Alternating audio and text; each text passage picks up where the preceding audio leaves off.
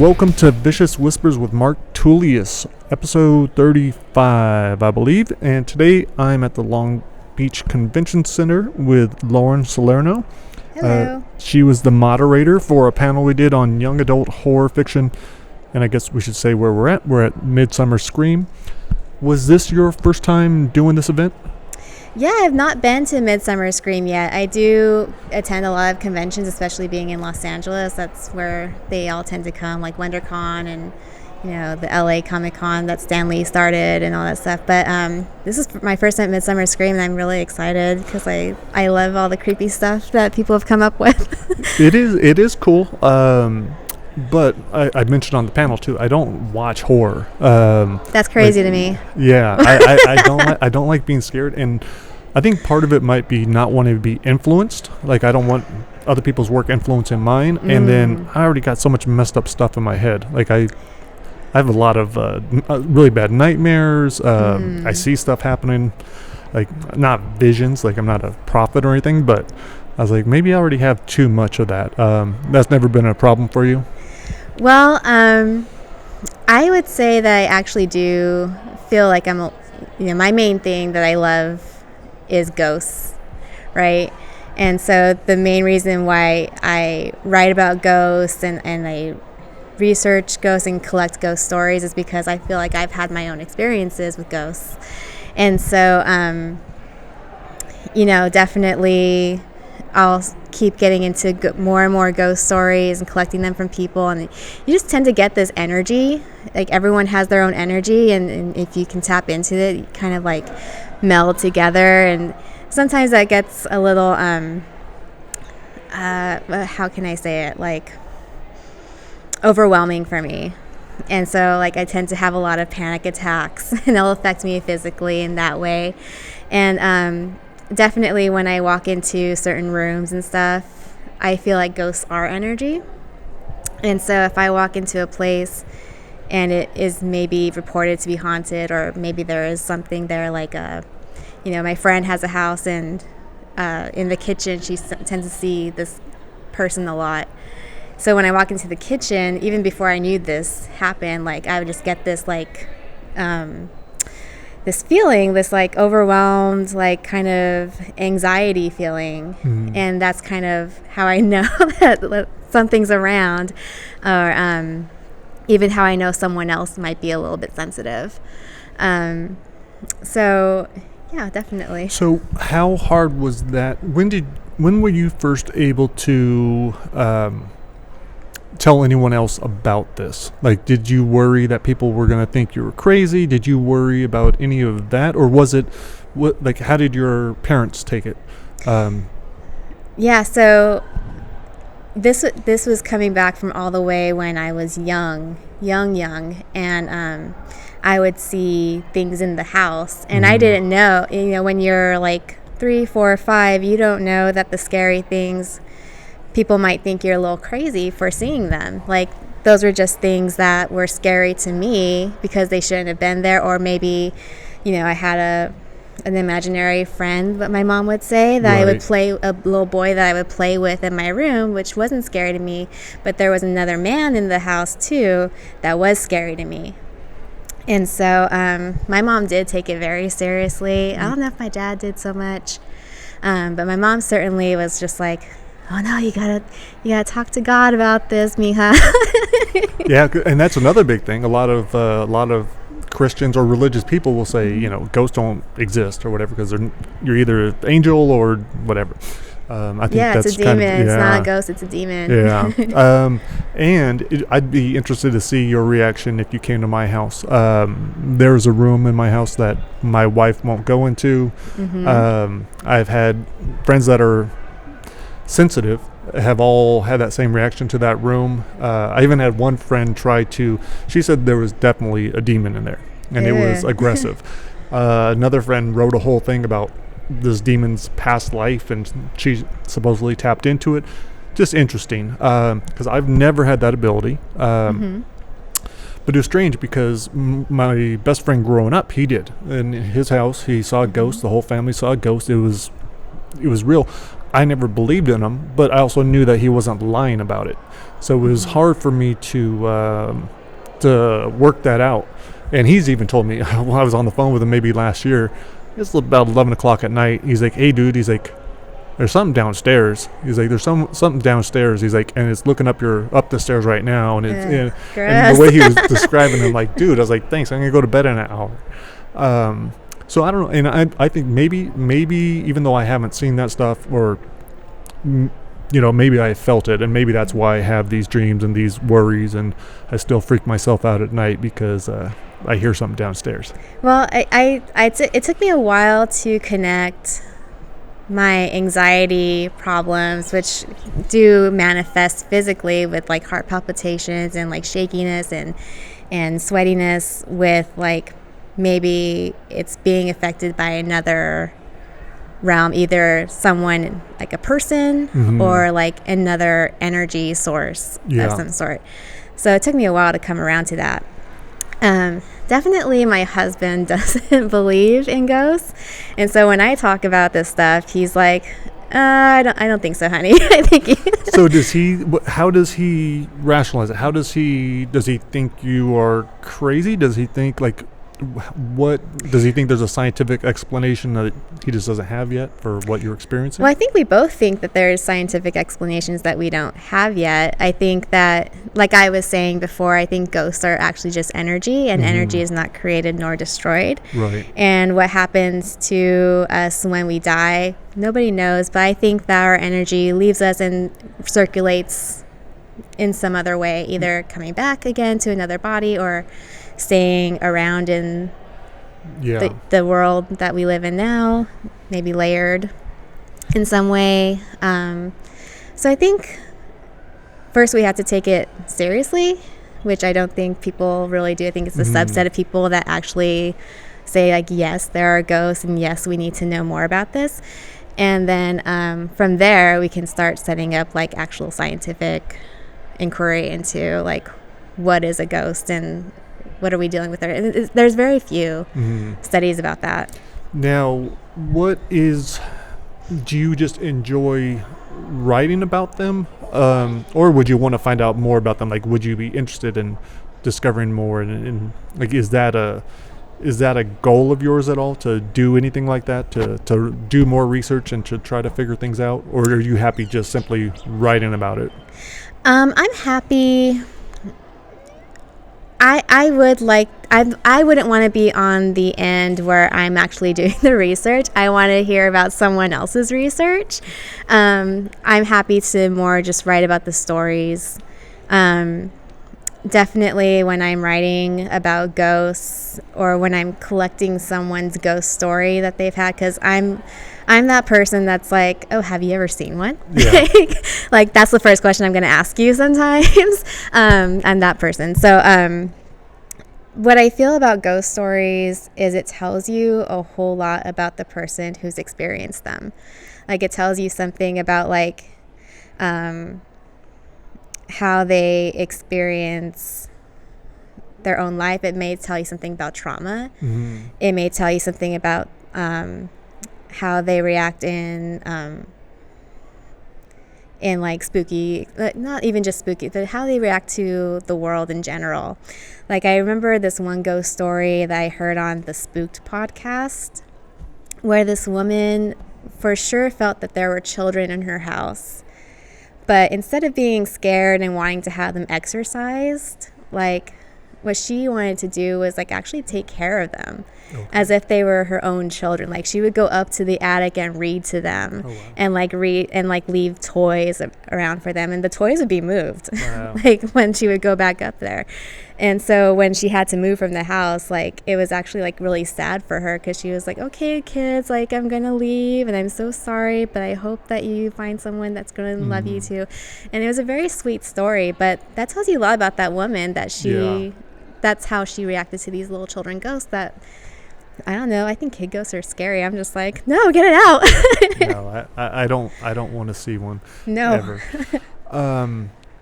Would you, if you could just snap your fingers and no longer see or feel ghosts, would you? That's a really good question. Certainly I would be a lot less anxious. Mm. So that would be nice. I don't think so, though. I think that I like the idea that the soul carries on some way. Like I said, like we don't quite know what happens after death or anything like that, but I like the idea that you could love something so much that you want to stick around for it. Mm-hmm. I like that idea quite a bit. I know that a lot of ghosts and ghost stories include trauma, but I think just as much it's about like what you loved too. Yeah. No, think about dying and leaving my kids. It's like, no, I'd want to stick around and watch them. Yeah, right? Now, so tell me a little bit about your writing experience. Like, what do you like to write, job-wise, to make money, for fun? Like, what do you write? I write more in the paranormal realm. I'm definitely writing more fantastical sort of things. Like one thing I'm working on is a YA fiction about a girl who is coming to terms with her psychic abilities, which is, I think, definitely coming from my own experience with like growing up and like not really knowing what I was dealing with. And I think that's maybe a story that other kids might gravitate towards. And it's also about her grieving her father as well, who has died, and her mom, who has severe depression because of this. And so I'm really excited to finish that book. And I also have another book I'm writing about witches, which is another sort of paranormal thing, where they having powers and like, it kind of goes along with being sensitive. And I don't think I am a witch or anything like that, right. But I love looking at that religion. I love looking at that at their practices and stuff. But I'm definitely taking more of like a fantastical approach with that. That one's also YA? That one's an adult book. Oh, okay. That one's an adult book. And it centers around Latinx witches. Okay. So I'm bringing I want to have like sort of an East LA feel, because I'm Mexican, and I wanted to see like the people that I grew up with in fiction. And so obviously if you don't see it, you have to write it. And so that's what I'm doing. And then what actually brings in money for me is I write personal essays and articles. Recently I've been writing for Me Too. I've had essays in the LA Times, H.W.A, that kind of stuff. Now, on a variety of subjects, or do you look for certain articles to write? How does that go? It's been a variety of subjects. Let's see, the one that was in the LA Times was about mine and my husband's first date. Oh, wow. And we had a 12-hour first date that was all around Los Angeles. And, we met online. And it was, just kind of a magical experience for me. So it went into the LA Times version of modern love, basically. And then for H.W.A, I actually wrote about a near-death experience of mine and getting a severe anxiety disorder after experiencing that. Mm-hmm.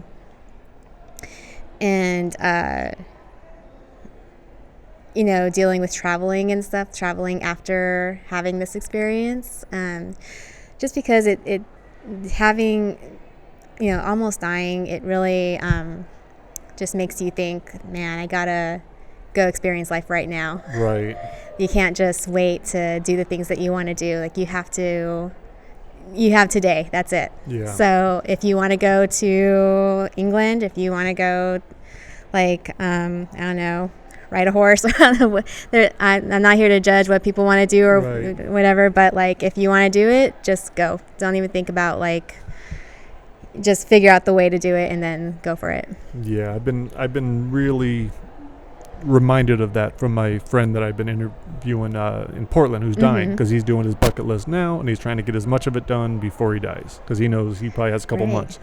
So yeah, that's like, no, live for today. You know, Yeah. you definitely have to. And he has the ability to still move around and get things Yeah, done. so he's That's trying to great. plan trips. He's like, I don't know if I'm going to be up for New York. You know, I better do it this month. And Yeah. so, yeah, but just that, and the way that he's looking at life now, it's like, man, if we all looked at life like that throughout life, we would be so much happier. And just being grateful for the moment. With your anxiety, what have you done to that helps it? Have you looked into different treatments, or do you use like CBD? Is there anything that kind of helps you manage it more?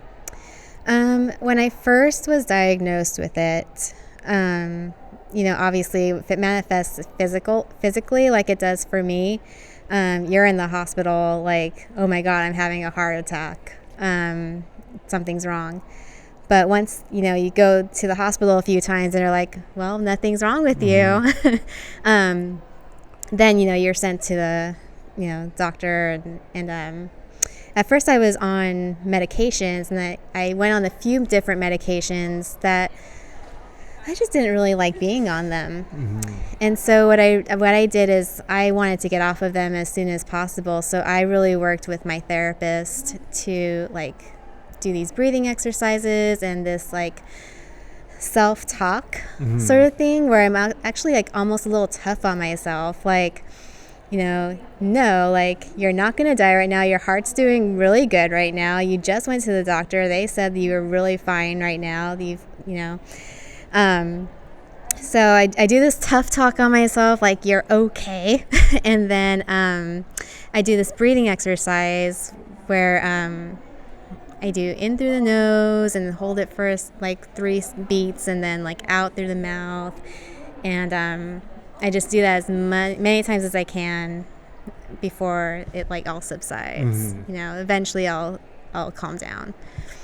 Yeah, no, it's something I've dealt with it, and then my wife, my daughter, anxiety, affects so many people, and actually having that panic attack where you're worried, oh my God, is my heart, my wife last night thought she was having a heart attack. Yeah. She might have also been high on edibles, but that'll do it to you. Yeah. So not a good mix. Now, if you could write, where do you want to be in 10 years with your writing? What do you want to be doing? What do you want to be producing? Well, the thing is, I never want to leave the library field. I feel like that's what I was born to do, is be a librarian and help people through that channel. It is a very social job. You're almost a social worker, but with books. I never even thought of that. Yeah. Cool. So I never really want to leave that, but I do feel like, if I can really get my butt in the chair and get to work and finish those books that I have and the ideas that I have in my head, I feel like I could be traditionally published. I hope with a house that understands what I'm trying to do with bringing Latinx people to the forefront and bringing our stories to the forefront.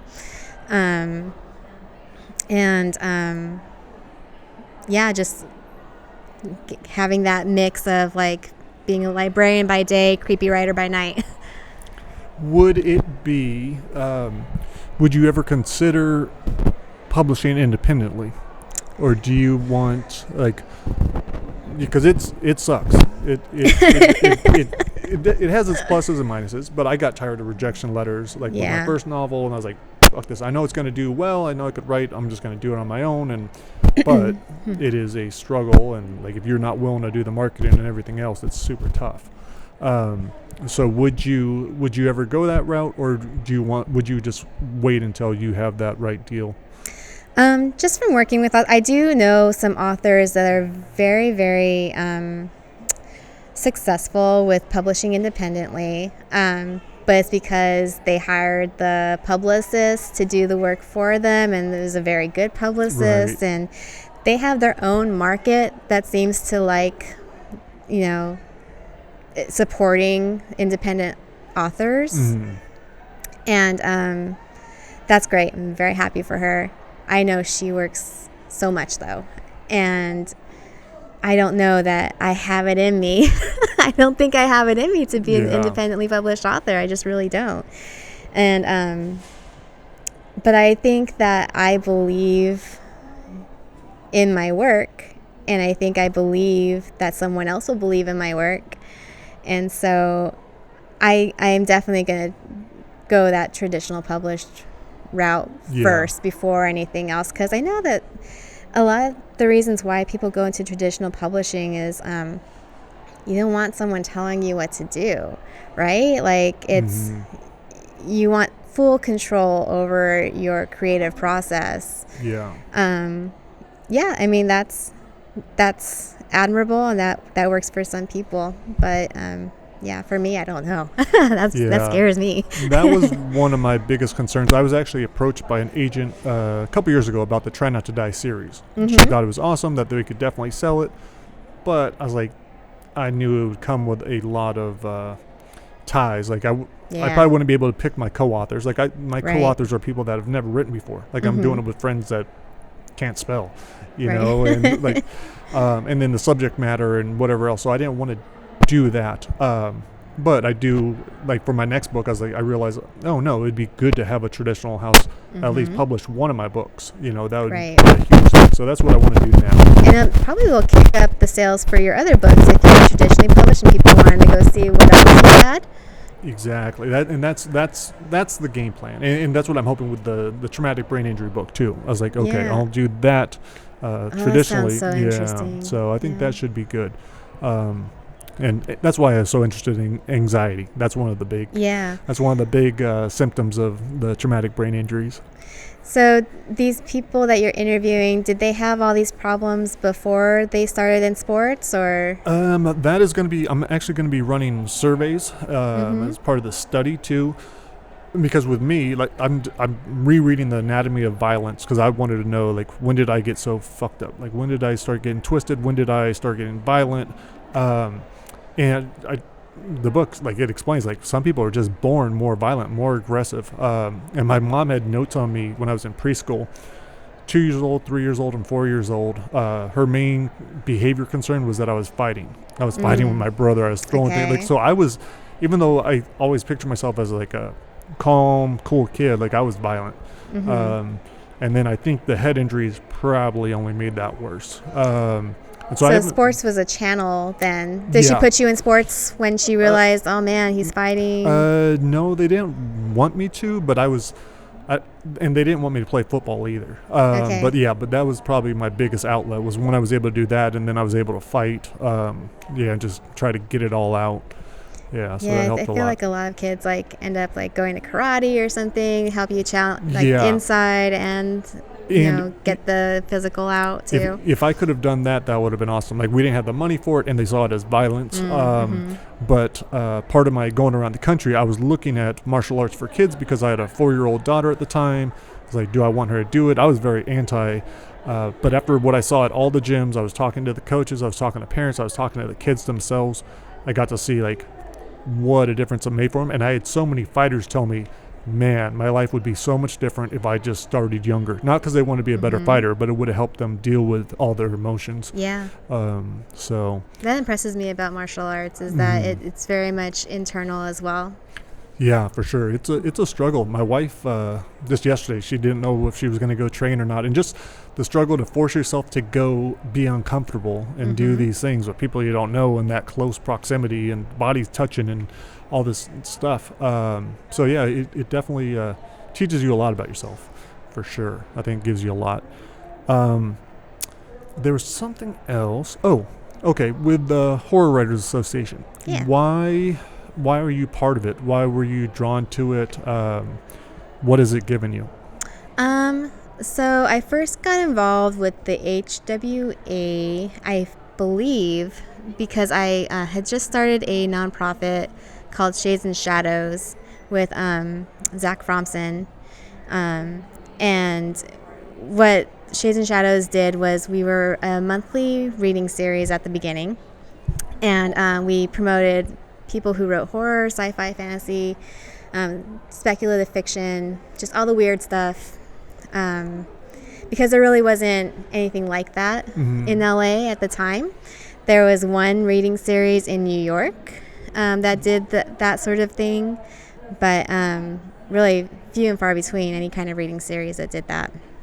And so we did that, and we wanted to tap into, me as a curator, I wanted to tap into new writers. I didn't want to, we got established writers. We got some pretty big ones like Brian Evanson and Michael Marshall Smith.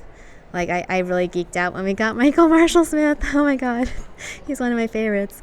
Gretchen McNeil came and did one of our first ones. She's awesome. But, I wanted newer voices as well, because I feel like if you make it, you really got to reach back and like pick other people up. And I feel like if you put established writers that people really want to come and see on the stage, and then these newer voices up in front or behind them, it's going to help these newer people gain more exposure and help them run up too, and then they can then reach back and pick up someone else. Yeah.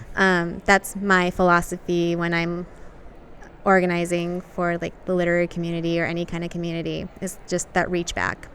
And that's cool. That's how it is with concerts. The supporting bands are the ones that no one cares about them. No one's heard them before, but as soon as they hear them, they're like, oh, I can go buy their album. Yeah. So that's huge. Yeah. And that's cool to think about it in the literary field as well. Yeah. What now? Do you have any of your stories in audio format yet? Have you recorded anything? Not in audio format. I do have, if you're just looking for my horror stories, I have one in an anthology that's from the H.W.A. called Winter Horror Days. That's by Omnium Gatherum Press. And then I also have a story in the East Jasmine Review that you could still find. That's an online publication.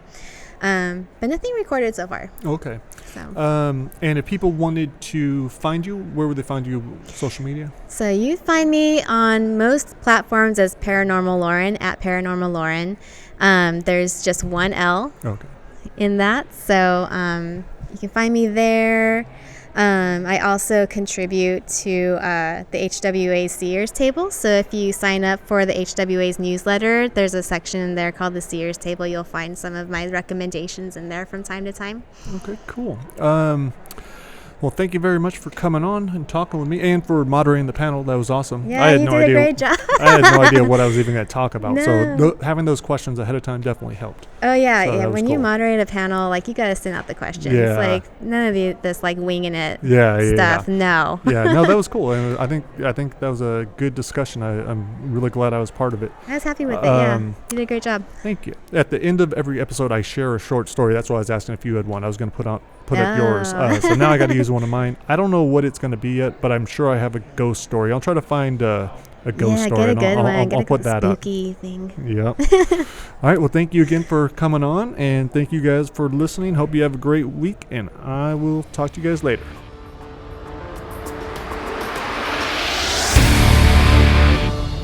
Reunion. Derek sensed the moment was right, leaned in for a kiss, hating himself as he did it. Beth wasn't ugly. She didn't stink, if you disregarded the cheap wine. But he had no desire to kiss her. He just needed her to stay. For that, he needed her to feel wanted. It was already after 11 and way too late to find a replacement. Beth welcomed his advance. Derek matched her intensity and pressed himself against her. As passionately as he could feign, tried to ignore her fat tongue jabbing in his mouth. Finally, Derek backed off from the kiss and grinned. Wow, I wanted to do that all night. Sorry if it was too much. She ran her fingers through her bleached blonde hair, her cheeks flushed. Are you kidding? That was perfect. She tugged down her shirt to hide the little roll of her tummy. Just like old times. Derek looked around his mother's outdated living room. He said, 10 years. Feels like nothing's changed. They were sitting on the same couch where he and Beth had had their first heavy petting session when they were juniors in high school. None of the old furniture had been upgraded. None of the pieces had moved since he was a kid. The pictures on the mantel and walls were untouched. A lot of things had changed in 10 years, but not this house. His mother seemed stuck in the past, refusing to change anything, especially Ronnie's room. His brother's room was precisely as it had been on the day he disappeared. Nothing had been moved, not even the poster of a half-naked Cindy Crawford above the bed, the one their mother had said made the place look like some nasty frat house.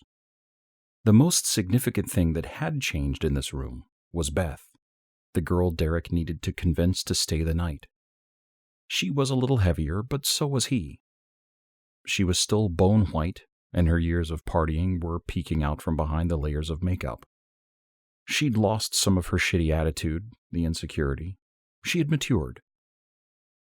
Beth cleared her throat, interrupting his thoughts. This isn't your first time back, is it? Derek shook his head. I come back once a year to house sit when Mom visits her sister in Philly. I'd rather not do it, but she refuses to let a stranger stay here. She won't go otherwise. What about your dad? He split a year after Ronnie. You see him at all? Derek shook his head. The coward didn't even leave a note. Beth rubbed his arm and said, I'm so sorry. It's fine, he said. It's just not something we talk about. Mom wanted me to keep it quiet. Wait a minute. Beth pulled away a little. You've been back every year, and now, out of the blue, you decide to call me? If Derek hadn't been expecting the question, he might have answered honestly. He might have told her that she wasn't his first choice, but all of his other old girlfriends were gone. He'd run through each one on nights just like this. It's hard to explain. He pretended to be embarrassed, took a quick swig of the wine he'd picked up at 7-Eleven. It's just that with you, I was always afraid to call. I thought about you all the time, but I was so sure you would laugh at me and tell me to get a life. I know it sounds corny, but even though I never called you, I always had the dream of you sitting right here. He ran his fingers over her thigh. Oh, she said in her whiny little voice that still irritated the hell out of him. Another thing that hadn't changed. That's so sweet. You shouldn't have worried, though. I'm thrilled you called. She slid up against him for a smothering hug. I couldn't wait to come over. He was grateful. It wasn't like he could tell any of his old friends the real reason he wanted their company. If he told anyone why he needed them to stay, he knew they'd laugh. He was 27 years old, way too old to be afraid of a house, of a room, of Ronnie's room. The thought sent shivers up his spine. Beth mistook the spasm for one of pleasure. Oh, you like that, huh? She ran her fingertips across the nape of his neck. Thought I didn't remember? Derek had never liked it. In fact, he hated it. But he couldn't tell her that. Even though she was dressed sort of sleazy, in a good way, this was by no means a sealed deal. Now was not the time to speak his mind. Instead, he snuggled closer. Just a sec, Beth said as she turned to the oversized purse that had yet to leave her sight. She took out her phone and swiped it on. You expecting a call? I'm afraid the service in this house is terrible. I've got one bar, but I was just checking the time. It's almost 11:30. It's getting kind of late. Derek's heart almost stopped. His mind raced as he tried to think of a way to convince her to stay. He'd shed tears if he had to, but he hoped it wouldn't come to that. Maybe he had misjudged her. Maybe she had developed some morals over the last decade. Maybe she was still sore over the way he had dumped her the week before prom. Before Derek could come up with anything to say, Beth said, You wouldn't mind if I took a quick shower, would you? I had a long day, and I came over right after work. Of course not. Do you have somewhere to go? Beth slipped the phone into her purse and played with her hair.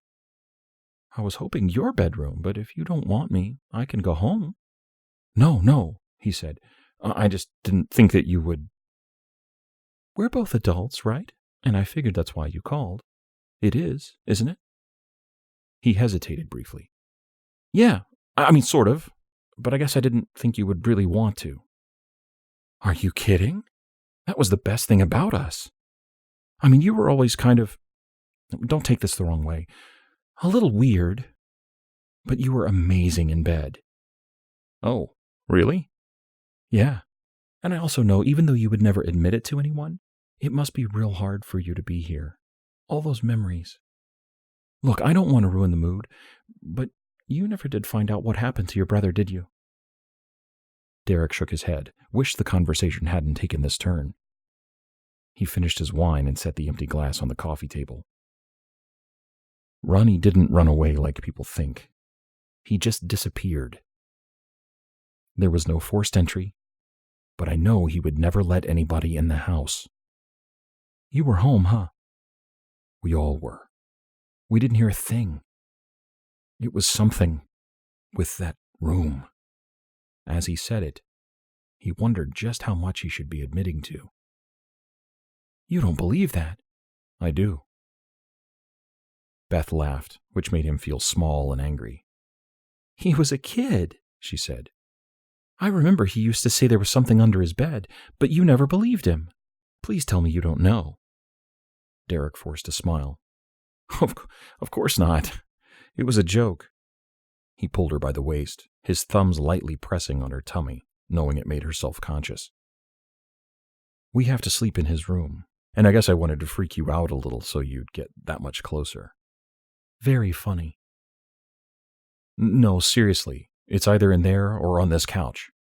Mom locks her room whenever she's gone, and mine was turned into a study 9 years ago. He told the lie easily, knowing his mother hadn't changed anything in his room either. She never stepped foot in it. Really? I didn't know. Derek leaned in and whispered, I'll protect you. Beth laughed, because his breath was tickling her. Well, if you don't have a problem being in there, then I definitely don't. She ran her finger down his chest. We'll need more room than this couch. That settles it. Derek got up and filled Beth's wine glass, told her to relax.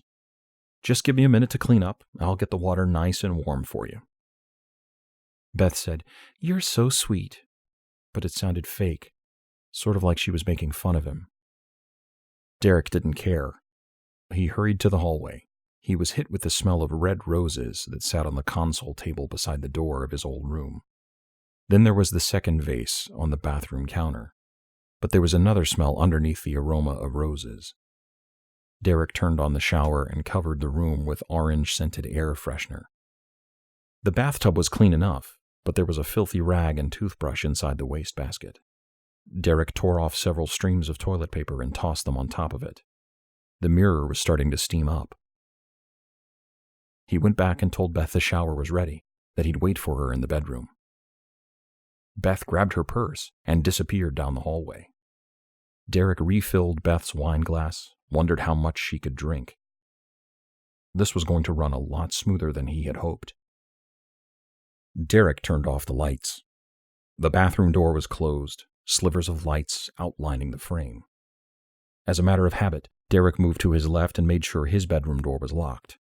He arranged the roses and walked to the opposite end of the hall, snuck a quick glance into his mother's room just to make sure it was empty, locked it so he didn't look like a liar. Derek paused outside of Ronnie's door, his hand frozen over the knob. Derek told himself to hurry up and get inside the room. What would Beth say if she came out of the bedroom and saw him standing there like a scared little boy? There was nothing in that room that would harm him. Sure, the memories hurt. But he'd slept in that room one night a year for 10 years, and he'd awakened just fine. Tonight would be no different. He turned the knob and pushed open the door. The room was pitch black. Derek felt along the wall and flicked the switch. The overhead light didn't come on. His mother had asked him to change the bulbs, not knowing all she needed to do was screw them in more tightly. The dim light from the hallway barely penetrated the inky blackness. Derek waited for his eyes to adjust. He saw the outline of Ronnie's bed, the one his brother swore had a monster under it. No one ever believed Ronnie. His mother didn't. Derek didn't.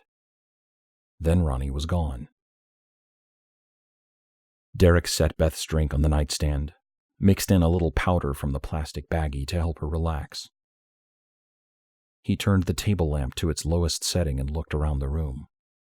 Although his mother hadn't changed a single object since the night Ronnie disappeared, she'd cleaned it every week. 10 years of vacuuming and dusting had left this room feeling like a movie set. The lamplight reflected off the trophy-filled bookcase. Less than a year before he vanished, Ronnie had led the baseball team to the state finals. Every player got a championship ring, which was the only thing missing from the room. The ring couldn't have cost more than $10 to make, but it was priceless to Ronnie. Derek smiled, remembering how Ronnie polished the fake ruby every morning. He refused to take it off, even in the bath. Derek felt tears forming, slapped himself to make him stop. He had to man up before Beth came back. He had to check under the bed for the monster. Keeping an eye on the dust ruffle that skimmed the wooden floor, Derek untied his shoes and slipped them off. The shower stopped and he walked over to the doorway, his feet sliding along the hardwood, barely making a sound. Derek called Beth's name and she asked what he wanted. "Your wine's next to the bed. Make yourself comfortable. I've got to grab something from outside real quick." "Sure thing. I'll be out in a minute." Before he chickened out, Derek knelt down beside the bed and raised the dust ruffle. There was nothing underneath. Derek rubbed his face against the inside of the ruffle and inhaled deeply, the mustiness taking him back all those years. The bathroom door opened, and Derek slid under the bed, made sure his entire body was hidden. It was too dark to see anything, but he could feel he was directly lined up with the middle of the mattress. Beth's feet slapped off the wooden hallway. He was going to scare the hell out of her, make her sorry for ever teasing him. Derek ran his thumb across the beam directly above his head. He felt the 9 razor-thin nicks carved in it. The beam above his chest had dozens more. The footsteps stopped at the doorway. Beth said, "Derek, you back?" Derek felt further along the beam until it touched the leather mask folded on top of it. He rubbed the mask on his cheek, slipped it over his head. He carefully gripped the razor blade that had been beside it. She called Derek's name once more, but he didn't answer. He took the razor and ran it across the wood next to last year's cut. Jasmine. When Beth walked over to the bed, Derek quietly eased the blade back where it belonged. Beth sat down, her stumbly ankles not far from his shoes. Derek rolled onto his side, his shoulder pressed into the beam. He could grab both her legs and send her screaming, but that'd be pointless. He needed her. She had to tell him he wasn't a monster. Ronnie was wrong. Derek rolled onto his back when Beth brought both feet up and moved toward the middle of the bed, bringing the beams a little bit lower. He ran his thumb across the 10 little lines, and his mind returned to the night before they had existed. Ronnie had been acting a little weird all that day, had called Derek back to his room, had said that he wanted to show him something. It was 10 o'clock. Dad was blacked out on the couch, Mom dazed in front of the blaring television. Derek stopped in front of the doorway, asked Ronnie what was happening. Ronnie stood at the dresser, kept his back to Derek and the bed. "I got something to show you." Ronnie sounded strange, almost like slow motion. "Want to see it?" Derek was suddenly afraid to say yes. "What is it?" Ronnie turned around nearly as slowly as he talked, kept a hand on the dresser to hold himself up. He opened his left hand, revealed the orange pill bottle. "What are you doing with those? Are those Mom's?" It took Ronnie a few seconds to swallow. He nodded yes. Ronnie, did you take any? The bed creaked, and Beth shouted Derek's name, yanked him out of the memory. Where are you? She was getting too antsy too soon. Maybe she knew Ronnie had been right. Derek brought his hand to the beam with the scratches, all the nights he'd spent under the bed. He ran his finger across the top of the beam until he touched the bottle of nasal spray that was wedged there. Come on, man, she said under her breath. The bed shifted to the right, the wine glass clicking on the table. I tell him I want him to fuck and he goes and does chores, she said to herself. Derek brought the fentanyl spray under his nose, the scent intoxicating. With his other hand, he undid his belt buckle. Ew, Beth said, the glass clinking on the table and the bed shifted. Beth's weight directly above him, the wooden beams low enough to lick. There was no way to know how much of the wine she'd had. Maybe he'd added too much of the powder.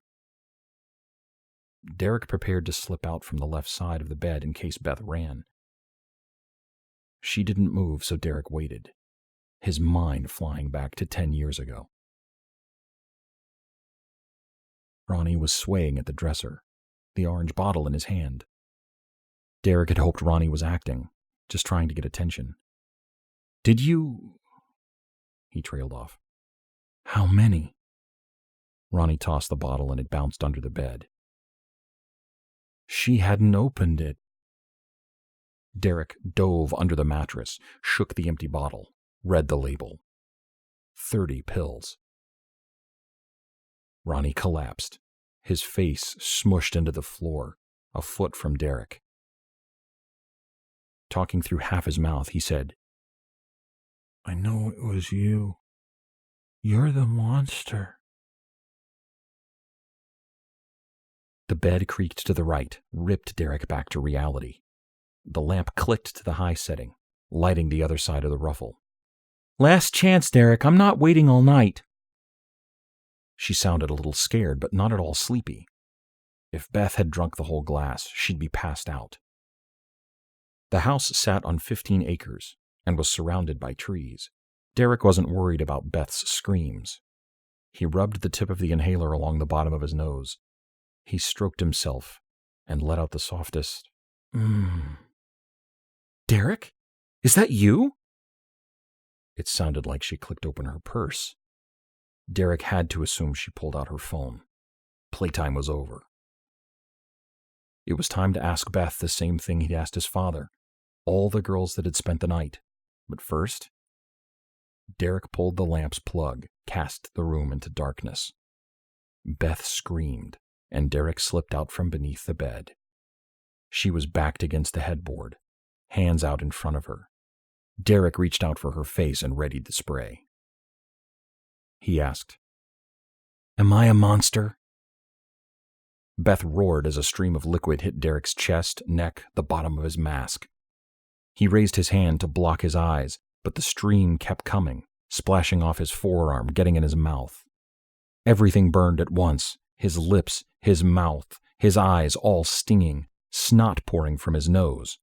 Derek ripped off the mask, screamed when the pepper spray nailed him in both eyes. Derek grabbed where Beth had last been. He couldn't breathe. From out of nowhere, Beth slammed into his chest, sent him reeling into the bookcase. Trophies toppled onto his head and shoulders. Derek dropped to his knees. Beth was still in the room, but he couldn't tell where, so he just lunged forward and threw out his arms, his hand slapping off her leg. She screamed and kicked, her foot crunching his fingers, knocking the fentanyl across the room. Derek forced his eyes halfway open, saw Beth scramble to her feet and make it to the door. He couldn't let her escape. Beth was coughing in the hallway, and it sounded like she'd bumped into the wall. Derek got to his feet, forced one eye open, blew strings of snot down his lips and chin. A doorknob rattled. Derek saw Beth, her right hand feeling for the living room doorway. Derek said, "You can't leave." Beth screamed, ran full speed past the living room, toward Derek's old room. the vase of roses smashing on the floor. Derek ran after her. "No, the monster! The monster's in there!" The cheap lock did nothing. Beth stumbled into the room, the door bouncing closed behind her. There was a huge clatter, then a crash, Beth grunting like she'd been punched in the gut. Derek pushed the door open, flicked on the light. Jasmine's still damp bones were scattered all over the floor, no longer laid out where Derek could easily assemble her. He'd spent all day digging her out of the backyard and scrubbing her clean. But that wasn't why Derek stood frozen. He was afraid to make a move for Beth, who had crashed on the bed, her shoulder buried in his father's ribs, her face pressed into the moldy mess on the sheets. Derek shrieked, "Get off him!" Beth pushed with her free hand, screaming when she saw what she was inside. Her arm ripped out of the bones, cracking a few. The sternum splintered and landed next to Ronnie's skeleton on the recliner, his ruby-red ring pointing right at her. "Stop! Stop!" Derek pled, not sure if the tears were real or from the pepper spray. Through half-opened eyes, he sidestepped between Elise and Paula, who sat cross-legged, their skeletons taped to stakes driven through the floorboard. Beth batted at her blouse inside of her face. She looked for an escape. Ronnie and the Circle of Seven, all forever facing the bed, keeping the monster on top of it. "Help! Help! He has to be on the bed." Beth stopped at the panic in his voice. She closed her eyes and pushed the father's skull. It popped off the bed. Derek wailed, a sound he'd heard but never made. "You can't!" Beth's voice trembled with fear. She begged him to let her go. She saw what he was going to do, dove to stop her, but was too slow. Beth kicked down on his father's hips, knocked his lower half off the bed. It crashed down in front of Derek, the brittle bones crumbling on the hardwood. The monster was no more. Beth backed off the other side of the bed and ripped off Ronnie's arm, sent the rest of him to the floor. She held his arm like a club, swore she'd fucking kill Derek if he took another step. It was time to start acting like the man of the house. Derek laughed at Beth and pointed at the pile of dust and bits of bone by his feet. "You can't hurt me." Beth took a step toward the doorway, the bone held high, aimed at Derek's head. "I'll kill you." Derek lunged and Beth swung. The round end of Ronnie's arm clipped the side of Derek's skull, shattering both. Derek lost all feeling and smashed onto the floor. A pool of red spread out before him, the edge flowing farther and farther from his face.